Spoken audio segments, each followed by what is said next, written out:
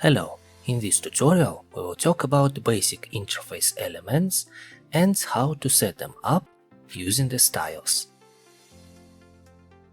We will also create a panel with buttons, which will allow us to change the look of this cabinet. To create the first element for our interface, let's go to HTML puzzles and drag here the puzzle Add HTML elements. We will create a simple button. For that we can use the type button, but it is not necessary because the button type has some parameters which we don't need. We may as well use the div type, because it is the basic type and it doesn't have unnecessary parameters. Next we need to give it a name or ID. Let's call it button with the prefix 1. Also we need to set the parents elements, which it will be placed in. In this case we have container, the area of our application. Let's press play and nothing happens. That is because our elements doesn't have any properties, so no length, no width, no color, nothing. So let's give it some properties. For that we will need puzzle set properties. Here let's select style, we will be changing it. And here let's type in its name. After that we will need a spatial puzzle, which gives the possibility to set the style properties. It has needed options, we also can add different properties here, and here we can set them up. By the default, we already have 4 properties here, which when we place this puzzle here and press the button play, will let us see our element. And here we go. So in this case, first we have the position properties. It is set to absolutes, we will talk about it a bit later. Background's color, green, width and height. Alright, now let's create second element. Let's copy this puzzle and only change its ID, and also copy the puzzle set property style. And also let's change ID to button 2. And into the color, let's just type in red. Let's press play and now we can see the red elements, but the green is gone. That is because of the position where the element is. Right now we have absolute type, and it means that these elements will not take into consideration other elements close to it, on its own level, inside the parents container. So basically both elements are just sharing the same space and overlapping.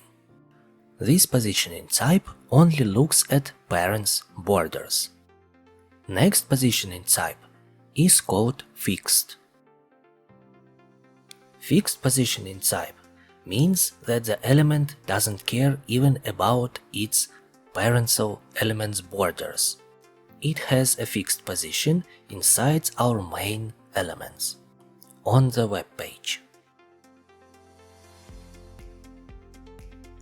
The next positioning type, which works differently from both previous, is static type or relative. They are very similar.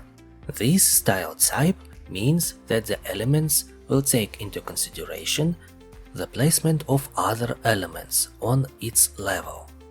In other words, when they are close together inside same parental elements. Let's see how it will work. Let's press play, and now we can see that the buttons are now placed one after another inside the container elements. Now let's talk a bit about so-called CSS rules. Let's go into HTML puzzles and drag the Create CSS rule puzzle. Now let's call it button. The thing is, it is not very convenient to change all the elements' properties one by one manually. It is a pretty chunky block, while the parameters will be almost the same.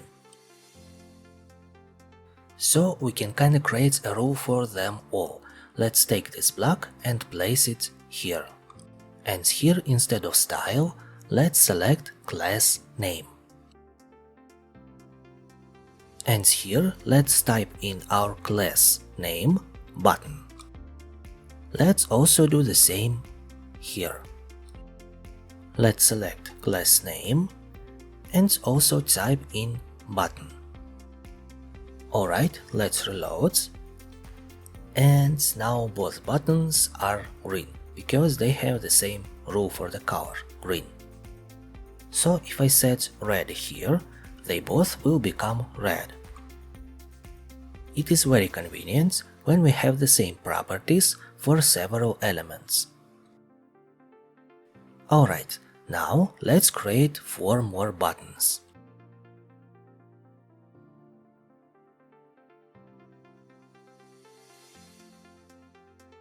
Press play, and now we have all of them here. But what if we want to place these buttons not exactly here, but maybe a bit lower or a bit to the side?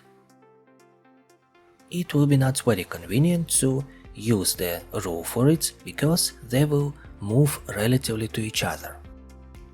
So let's place them all into their own container. For that, let's group them and create another block. Add HTML elements, but we will place it before the creation of the buttons. And let's call it left panel. Let's take set property, and again we will use set property puzzle to set the style, because that element will be unique, so we'll be using this setup to set its style.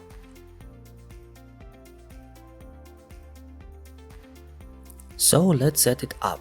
The height will be 225 pixels. As for the color, let's set it to white. And here we need to type in our panel's name. So now the buttons will be added not directly to the container, but inside these elements, which is called, well, left panel. For that, let's drag text elements and place it here instead of container. Alright, let's save and reload. And now the buttons are inside of these elements. But how do we check it? Let's add 2 more parameters for the elements. One parameter will be called top, and the second will be called left. These parameters will shift our elements relatively to top and to left borders. For example, let's set it to 100 from top and 10 pixels from left. Let's press play, and now all of our buttons are shifted. Also, let's add some space in between the buttons so we can see them separately. For that, let's go back to button style, and let's add here a new parameter, margin.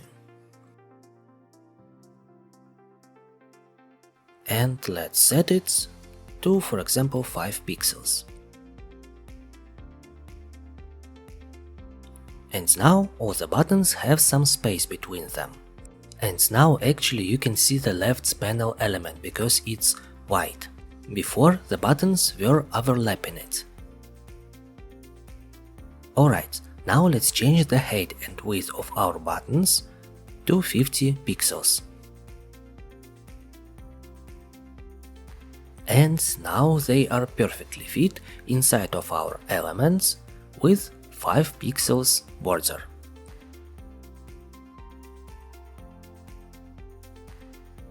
Okay, and now let's place these whole elements right in the sensor vertically. For that, I will change 100 pixels on top to 50%. That means that it will place the element exactly in the vertical sensor of its parent's elements. In this case, it is our application's window, but the shift occurred relatively to the top border of the elements. The main part with all buttons went much lower, so only the top of the element is in the sensor, not the element itself. To fix this, let's add another property, which we already are familiar with. It will be called margin top. Instead of manually creating the margins, we will have only margin top, and this property basically gives some offset right from the top.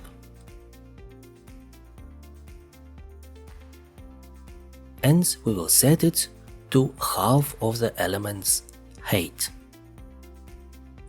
In this case, it will be 112 pixels, but we need to do it negatively, because we need it to move up.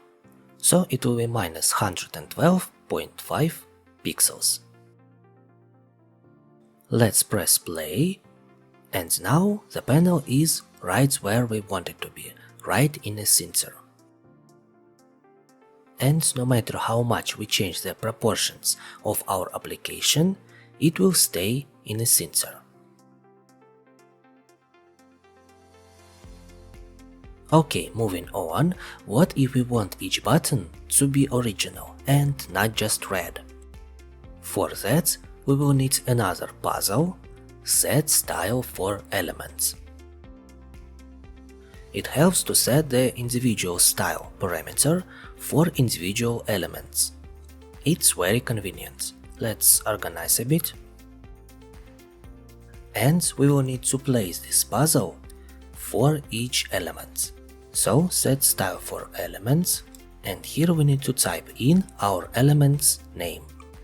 The property that we will be changing will be background image. So the image that will be on the element's background. And here we need to define the picture that we want to see on these elements. For this project, I have already prepared the pictures, they are in the media folder. And for this element, the picture will be called opened SVG. So the vector graphics. Let's press play, and here it is. But it doesn't look very nice on a red background. So in the CSS rule, I will change red color to white. And play. And for the left panel elements, in the background's color, I will type in transparent. So it will become invisible.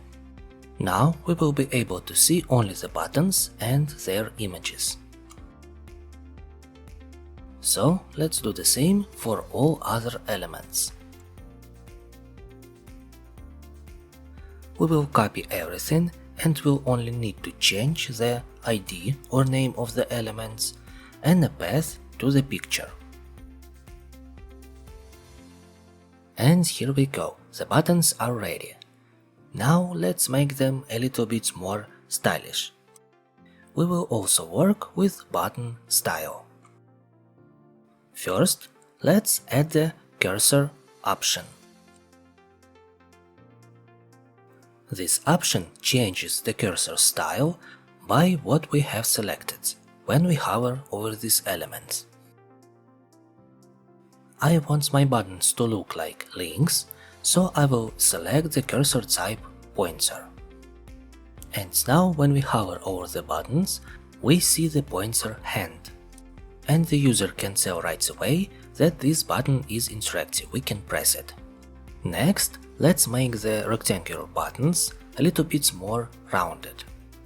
For that, we need to set the option Border Radius. It is being set in pixels, so for example, let's set it to 4 pixels. And the buttons are now a bit rounded. Now they kinda look like default Verge 3D full screen button. Let's actually make it a little bit more similar to this button and add some shadows underneath the buttons.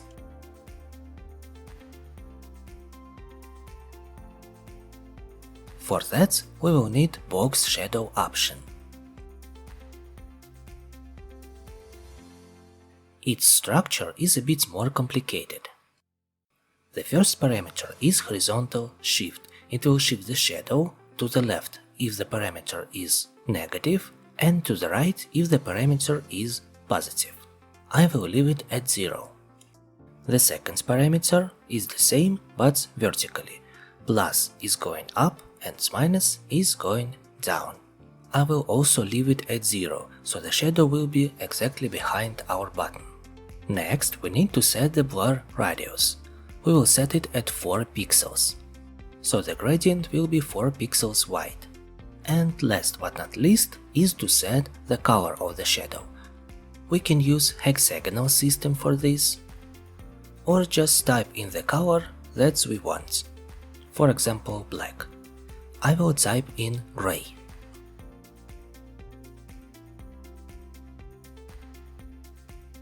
Alright, and now our buttons have light shadows. Let's actually offset the shadow a little bit to see how it works. And here we go, but well, we don't need it here. And here we go, we have finished setting up the styles for our buttons. Now let's name them properly.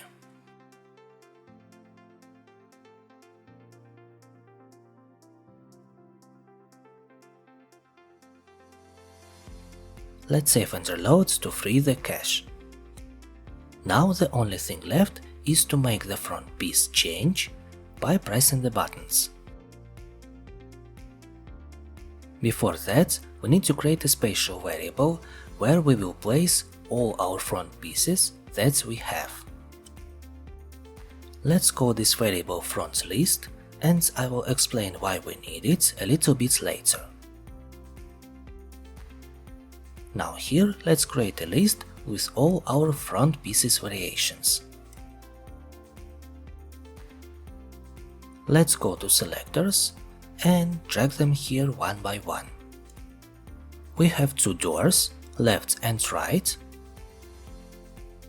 They are invisible, but they exist on a scene.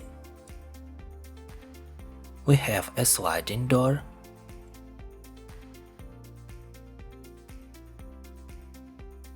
and also we have 2 drawers.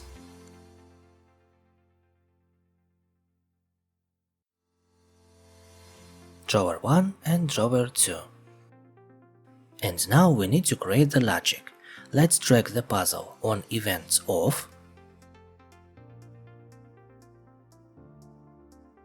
We already have click by default, and that's exactly what we need. So the first element, the first button that we will set up, is the opens position. The logic goes like this. We will hide all of the elements from this list and show the only one that we need. Well, for the first button we don't need to do anything because it corresponds to the open state. Now for the second button, let's create an event. For the doors,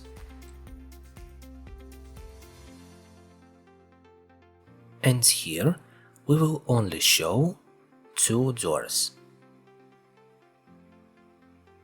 left and right. Let's see how it works. If we press the second button, the doors become visible. When we press the first, they become hidden. Now all that we need is just to repeat the same for all other elements. We hide everything and show only what we need. Here we show the sliding door. Let's check. Everything works. The next button will be the drawers. We also have two of them. Upper and lower. Alright, let's press play and save. And now we have fully working front piece setup. That is all. See you in the next tutorial.